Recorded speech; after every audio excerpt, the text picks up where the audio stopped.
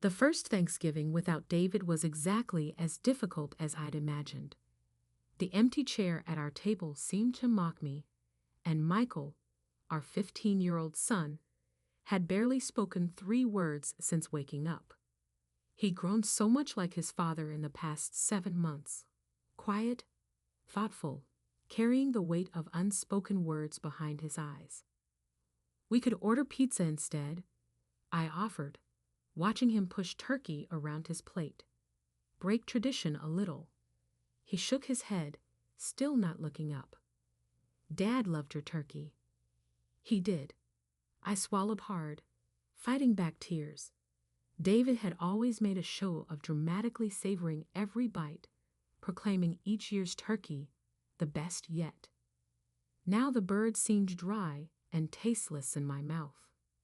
The silence stretched between us, filled with all the things we couldn't say. 7 months since the heart attack that took him from us, and we were still learning how to exist in a world without David's warm laugh and gentle presence. I glanced at the third empty chair, my sister Sarah's usual spot. She hadn't spoken to us in 3 years. Not since that strange Christmas when she'd left abruptly in tears. No explanation, no response to calls or messages, just silence.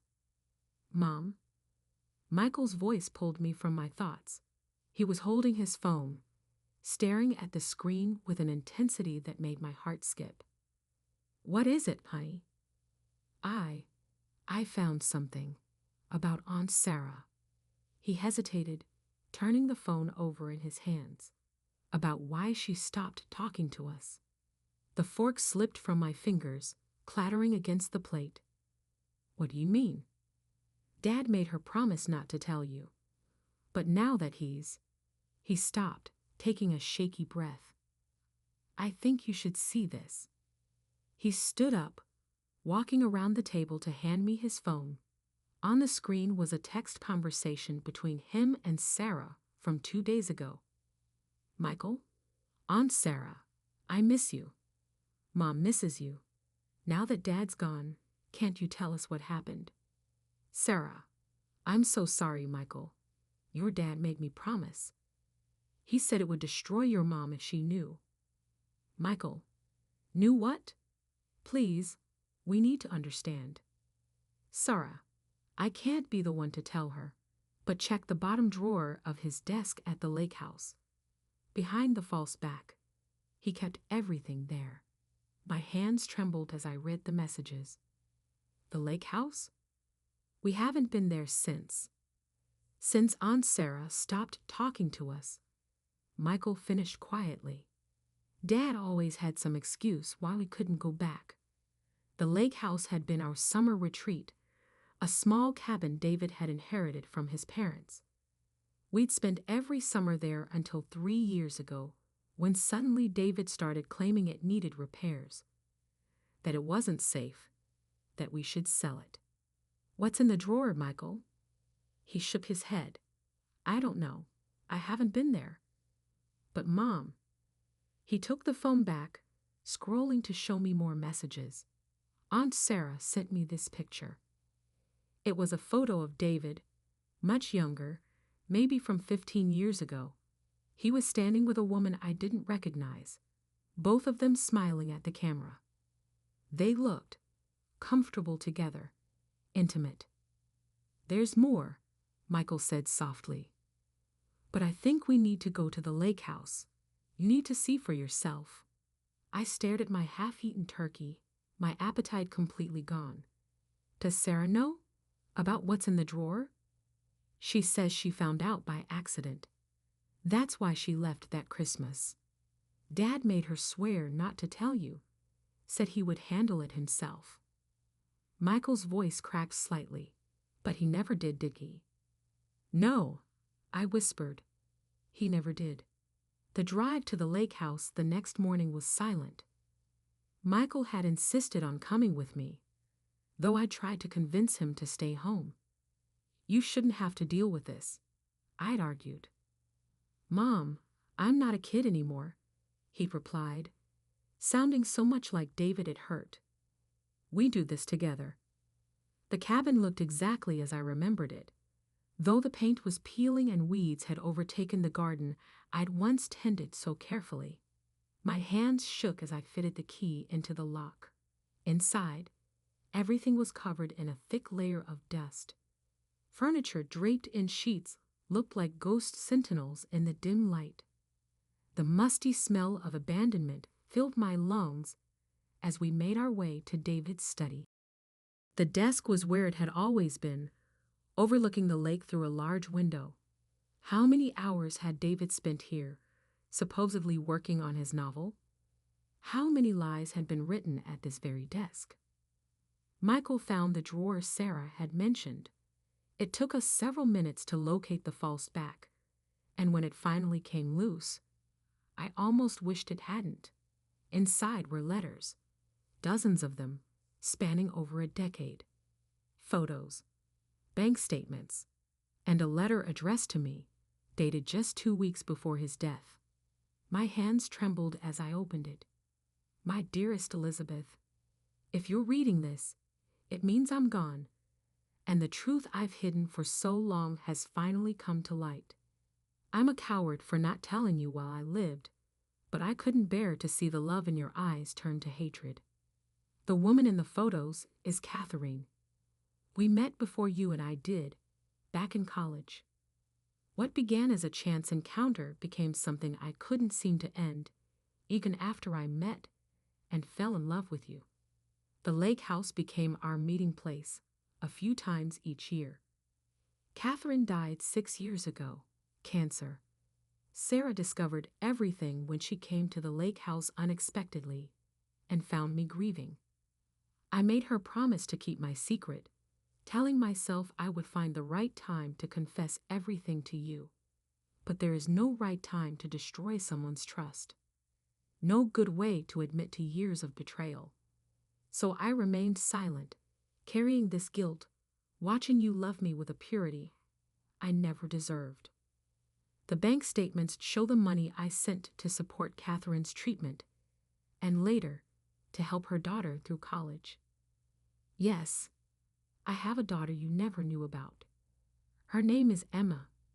She's 22 now, studying medicine in Boston. I know this confession comes too late. I know it's unforgivable to leave you to discover this after my death. But perhaps now you can understand why Sarah pulled away. She carried this burden because of my cowardice. I loved you, Elizabeth. That was never a lie. You and Michael were my world. But I lived a double life, and now you must deal with the consequences of my deception. I'm sorry. Those words seem inadequate, but they're all I have left to offer. Forever yours, David. I don't remember sitting down, but I found myself in David's chair, the letter crumpled in my fist. Michael stood beside me, one hand on my shoulder, silent tears tracking down his face. Did you read this? I asked, my voice barely a whisper. He nodded. Last night, after Sarah sent more messages. I have a sister, Mom. A sister who never knew about me either. I looked at the pile of letters, each one a new betrayal waiting to be discovered. Your father, he was human, Michael said quietly. Flawed. Wrong. He squeezed my shoulder. But he loved us, Mom. That part wasn't a lie. How can you be so sure? He picked up one of the photos. David with a young woman who had his eyes, his smile. Emma, my husband's other child. Because he kept these here, at our special place. Because he tried to take care of everyone, even if he did it wrong. Because Michael's voice broke. Because he taught me that love isn't perfect, but it's still worth everything. I stood up, my legs unsteady, and pulled my son into my arms. He was taller than me now, strong enough to hold me up when I felt like falling apart. What do you want to do? He asked after a long moment. I looked at the letter again, at the years of secrets finally exposed. I want to call your Aunt Sarah. And then, I picked up the photo of Emma. I think we have a sister to meet. Michael nodded, pulling out his phone. As he dialed Sarah's number, I walked to the window, looking out at the lake that had held my husband's secrets for so long. The water was calm, untroubled by the storms of human hearts.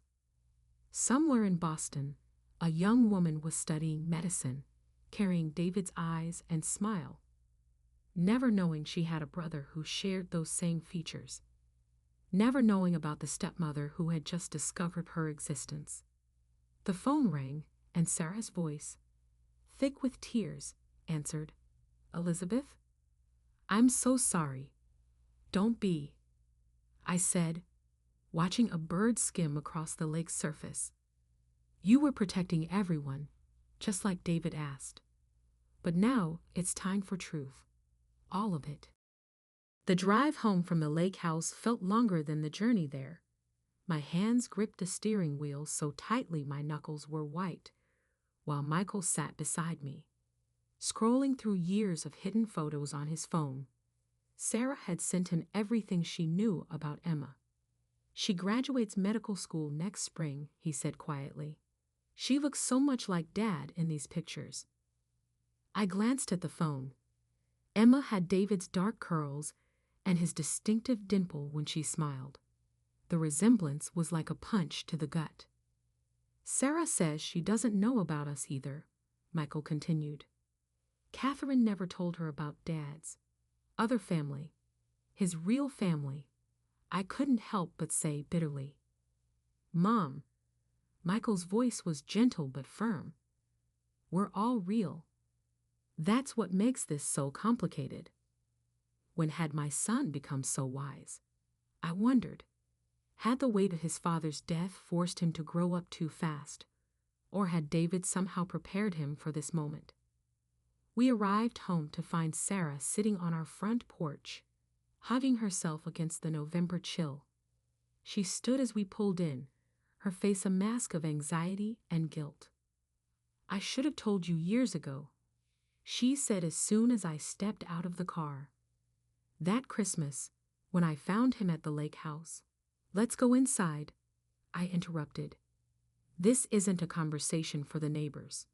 In the kitchen, Sarah's hands shook as she clutched a mug of coffee. She looked older than her 38 years, worn down by the secret she'd carried. "He was crying," she began. "I'd driven up to surprise you all for Christmas, but only David was there. He had photos spread across his desk. Catherine had died the week before. He broke down and told me everything." "Why didn't you tell me?" I asked, though I already knew the answer. "He begged me not to. Said he'd tell you himself, that he just needed time." She wiped at her eyes. "Then he showed me proof that he'd been supporting them, that he'd set up a trust for Emma's education.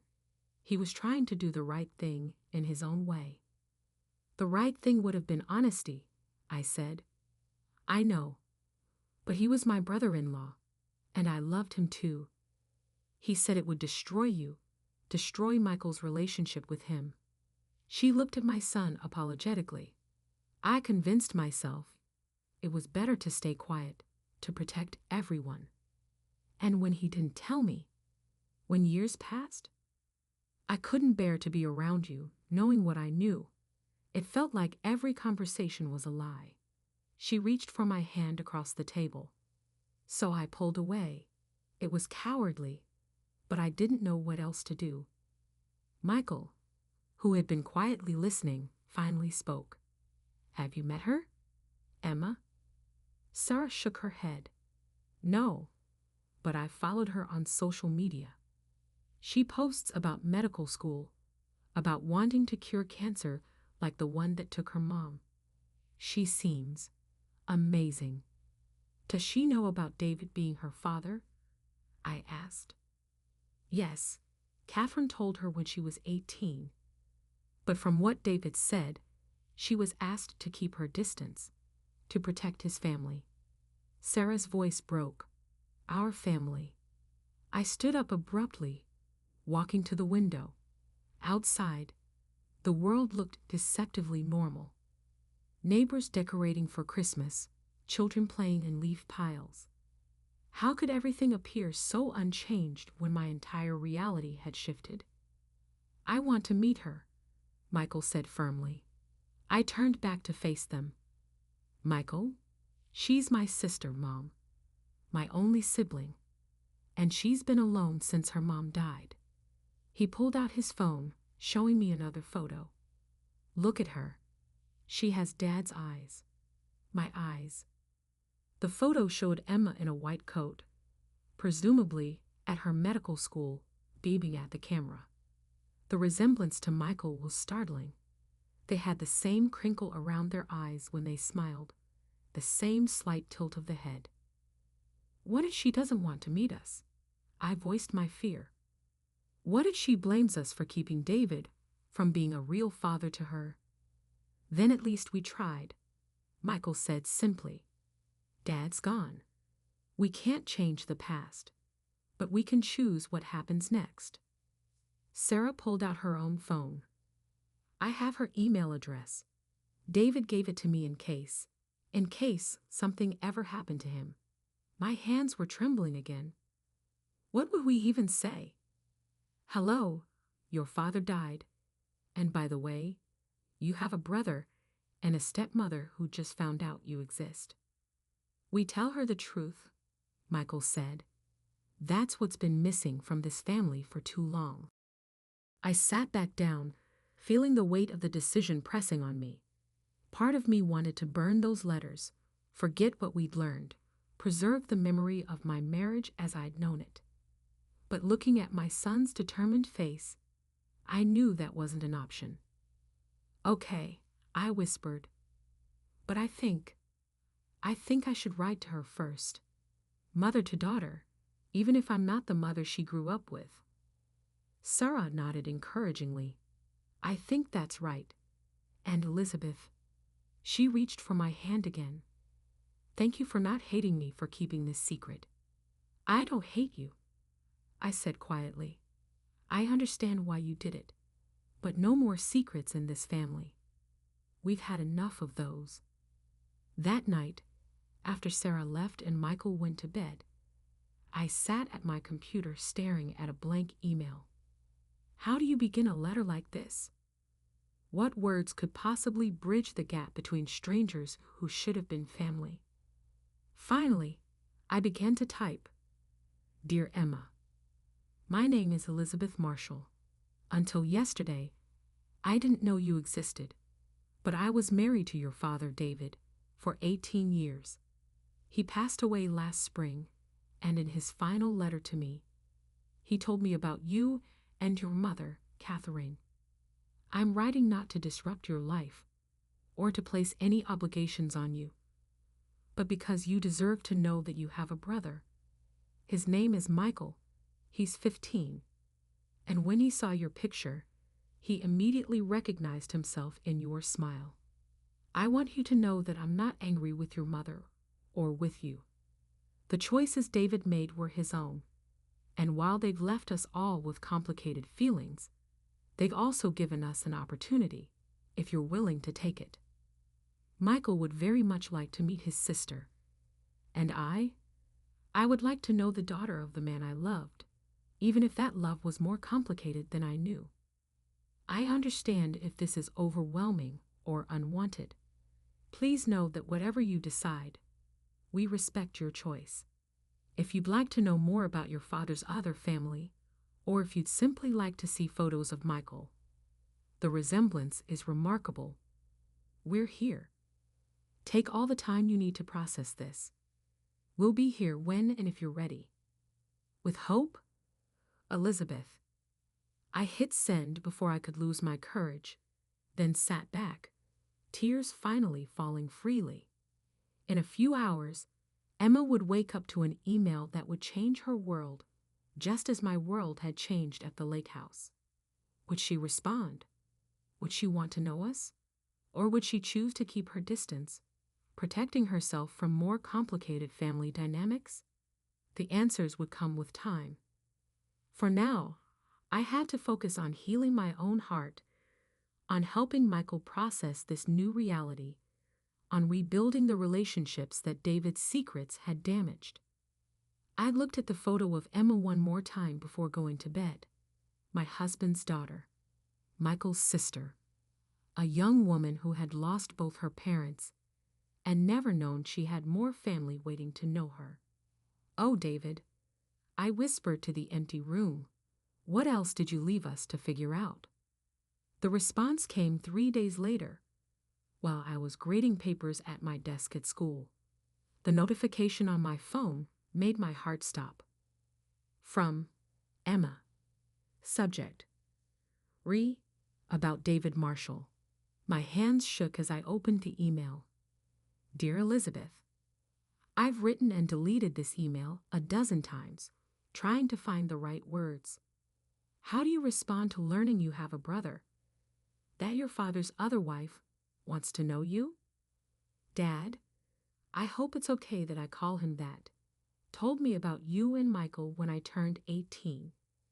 He showed me pictures, but said it was best if we kept our distance. He was trying to protect everyone, he said, but sometimes I wonder who he was really protecting. I've looked at Michael's social media since getting your email. The resemblance is startling. We have the same eyes, the same smile. I always wondered if I looked like Dad. And now I know we both do. I'm not angry with you either. How could I be? We're all just dealing with the choices he made. But I am interested in knowing my brother. And yes, in knowing you too. I'm coming home to Boston for Christmas break in 2 weeks. If you're willing, maybe we could meet. There's a cafe near the medical school where I spend most of my study time. It feels like neutral ground. I'm attaching a recent photo of me in my white coat. Dad never got to see me in it. Sometimes I wonder if he would have been proud. Looking forward to your response. Emma. Attached was the photo Michael had shown me, but now I could see the details. The slight nervousness in her smile, the way she held herself. So much like David when he was uncertain. I forwarded the email to Michael, and within minutes he burst into my classroom, phone in hand. She wants to meet us. His face was lit with excitement and terror. Mom, we're going to Boston, right? Looking at my son's hopeful expression, I knew there was only one answer. Yes, we're going to Boston. The next 2 weeks passed in a blur of preparations and anxiety. Michael researched everything about Harvard Medical School, proud that his sister was studying there. I found myself buying and discarding outfits, wondering what one wears to meet their husband's secret daughter. Sarah offered to come with us for support, but this felt like something we needed to do alone.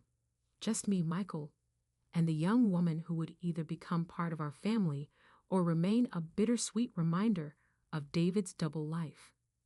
The cafe Emma chose was a cozy place called The Study Break, filled with medical students hunched over laptops. We arrived 15 minutes early, but she was already there, sitting at a corner table, fidgeting with a coffee cup. She stood when she saw us, and Michael froze. In person, the resemblance was even more striking. They had the same nervous gesture of running their hands through their hair, the same way of tilting their heads slightly when uncertain. "Hi," she said softly. "I'm Emma." Michael moved first, stepping forward with the directness of youth. "I'm your brother," he said simply, and then they were hugging, two strangers connected by blood, loss, and their father's eyes. I hung back, watching them, until Emma pulled away and turned to me. "Elizabeth," she said, then corrected herself. "Mrs. Marshall." "Elizabeth is fine." I managed, my voice thick with emotion. It's good to meet you, Emma."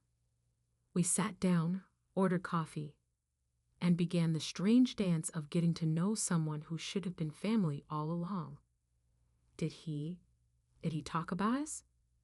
Michael asked, unable to contain his curiosity. Emma nodded slowly. He had pictures of you in his wallet. When he told me about you, he showed me all of them. You were 10 then. She smiled at Michael.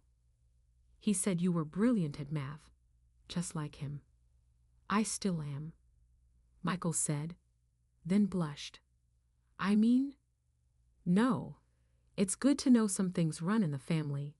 Emma laughed, and it was David's laugh, warm and slightly self-deprecating. Do you have his love of bad puns too? I found myself asking. Oh God, yes, she groaned. Mom used to say it was his worst genetic contribution. We all laughed, and something tight in my chest loosened slightly. This wasn't as impossible as I'd feared. Tell me about her, Michael asked. Your mom? Emma's face softened. She was amazing. A high school biology teacher. That's where I got my love of science. When she got sick, she paused, collecting herself. Dad helped with the medical bills. I didn't know it was him then. Mom just said an old friend was helping. Now I understand why she never let me meet him. He should have been there for you, I said quietly. For both of you. Maybe, Emma agreed.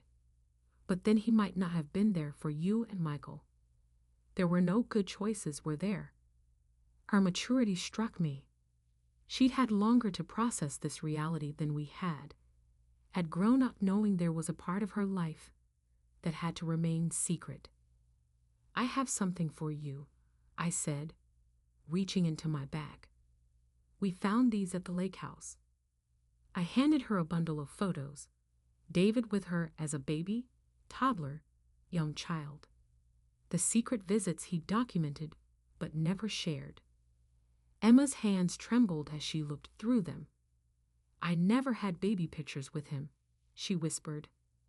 Mom said, she said it was too complicated. Michael moved his chair closer, looking at the photos with her. Hey, we had the same first birthday cake, he pointed out. Dad always insisted on chocolate with vanilla frosting, because chocolate cake should wear a tuxedo. Emma finished the familiar saying, and they shared a look of surprised recognition. I watched them connect over these small details, these echoes of David that lived in both of them. My anger at him softened slightly. See how carefully he loved them both, even if his methods were flawed. Would you? Emma hesitated, then continued. Would you like to come to my graduation in spring? I know it's asking a lot, but we'll be there, Michael said immediately, looking to me for confirmation. I nodded, blinking back tears. We wouldn't miss it. I'd like to know more about him, Emma said softly. About your life with him, if that's not too hard. It's not hard, I assured her, though part of me ached.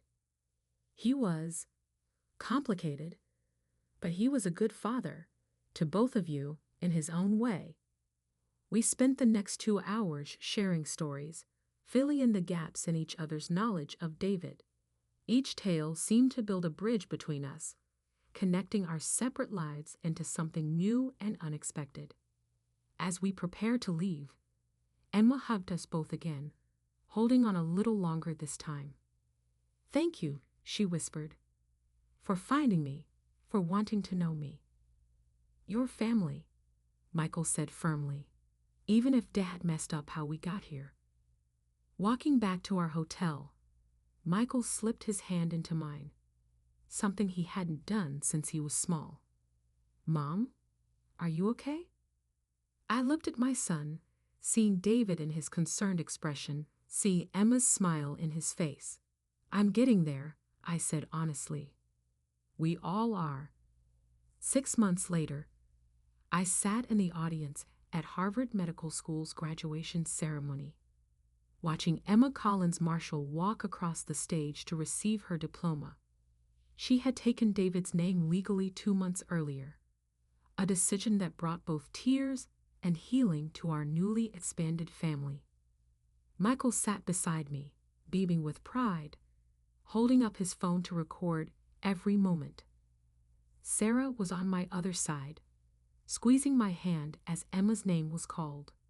In the months since our first meeting, we had built something none of us expected, a real family, born from secrets, but flourishing in truth. The changes had not always been easy. There were still moments when the pain of David's dissection hit me unexpectedly. Still times when I wondered how he could have lived with such a profound split in his life. But watching Emma and Michael together, seeing them forge a bond that transcended their father's choices, helped ease that pain. After the ceremony, Emma found us in the crowd, practically running into her brother's arms. They had become inseparable over the past months, making up for lost time with video calls, text messages, and weekend visits. Michael had even started talking about applying to colleges in Boston so he could be near her during her residency. "I did it," she breathed, clutching her diploma. "I just wish." "He knows," Michael said softly. "Dad knows." I reached into my bag and pulled out an envelope, one of many we had found in David's desk. "This is for today," I told her. "He wrote it before. Well before." Emma's hands shook as she opened the letter. "My dearest Emma, if you're reading this, it means you've achieved your dream. Dr. Collins, or perhaps by now, Dr. Marshall. Either way, I've never been prouder. Your mother would be too. I know my choices complicated your life, denying you the family connections you deserved. I hope somehow, after I'm gone, you found your way to Michael and Elizabeth. They're the best parts of me, just as you are. I'm setting up a trust for your residency years. Elizabeth knows about it now. The paperwork is with my lawyers. Let it help ease your path forward, a small compensation for the father I couldn't fully be. You have your mother's determination and my stubborn optimism. Use both to heal the world, my brilliant daughter. All my love. Dad." Emma wiped tears from her eyes, careful of her graduation cap. "He knew," she whispered. "He knew we'd find each other." "He hoped," I corrected gently. "It was the last gift he could give us, the chance to become a family." Sarah stepped forward with a small package. "This is from all of us," she said. Inside was a sterling silver caduceus necklace, engraved with her new name, Dr. Emma Collins Marshall. "Welcome to the family," Michael said, helping her put it on. Officially. Later that evening, at the celebration dinner we had planned, I watched Emma and Michael huddled over her phone, looking at apartments near the hospital where she would be doing her residency. They were already planning for him to stay with her during college visits next year. "You've done an amazing thing," Sarah said, joining me at the table, taking David's secret and turning it into something beautiful. "We all did," I replied, "including you with your truth-telling text messages." She smiled. "Maybe that's what David really gave us, not the secret itself, but the chance to show who we are by how we handled it." Emma looked up then, catching my eye across the room. In these past months, we had developed our own relationship, separate from her connection with Michael. She had started calling me Beth. Not quite mom, but not quite stranger either. We were finding our own way. "Thank you," she mouthed silently, touching the necklace at her throat. I touched my heart in response, our private signal of understanding. We could never replace what she had lost, her mother, the father she could have had, but we had built something new, something honest and real.